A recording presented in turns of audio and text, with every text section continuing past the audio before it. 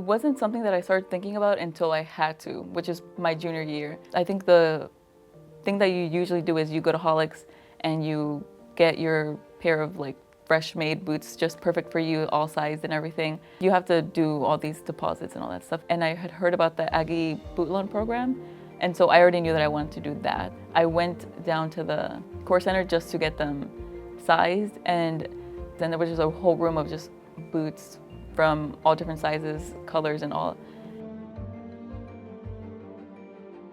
It was a really cool experience to kind of see that so many people donated their boots so that people like me could have boots. I think it wasn't until I had them that I realized, yeah, they're kind of a big deal. Good, good.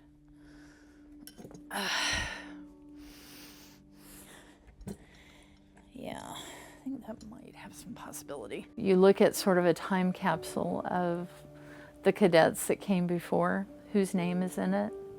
That might not even be the donor. It may be somebody that was ahead of them, where they've bought them from them and they've carried that on.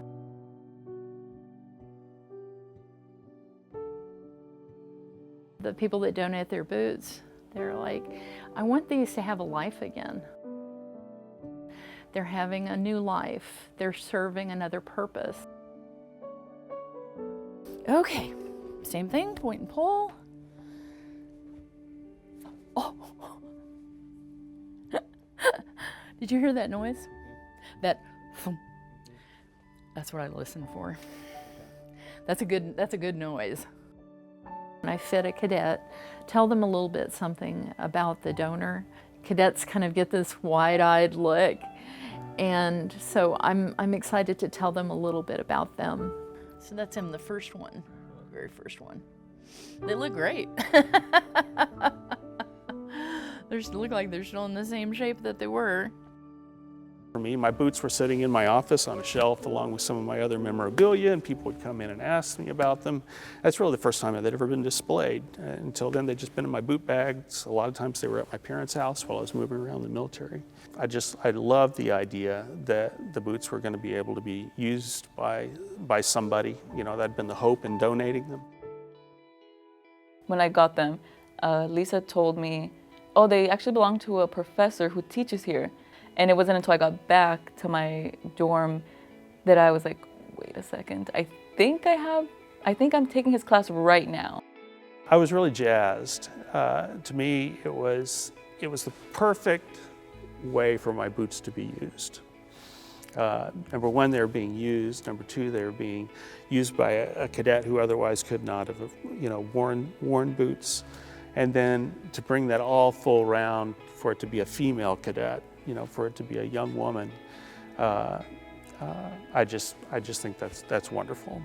Oh, he was very excited. He was so happy to know not only that somebody was wearing them, but to have that immediate connection was wonderful. Boots are a lot more than just leather. They're a lot more than just footwear, and they're a lot more than just a status symbol. You don't really walk in boots, you strut in boots. I think the boots are a symbol of all the hard work and everything that you have to go through for so long. You have to have the confidence to wear them.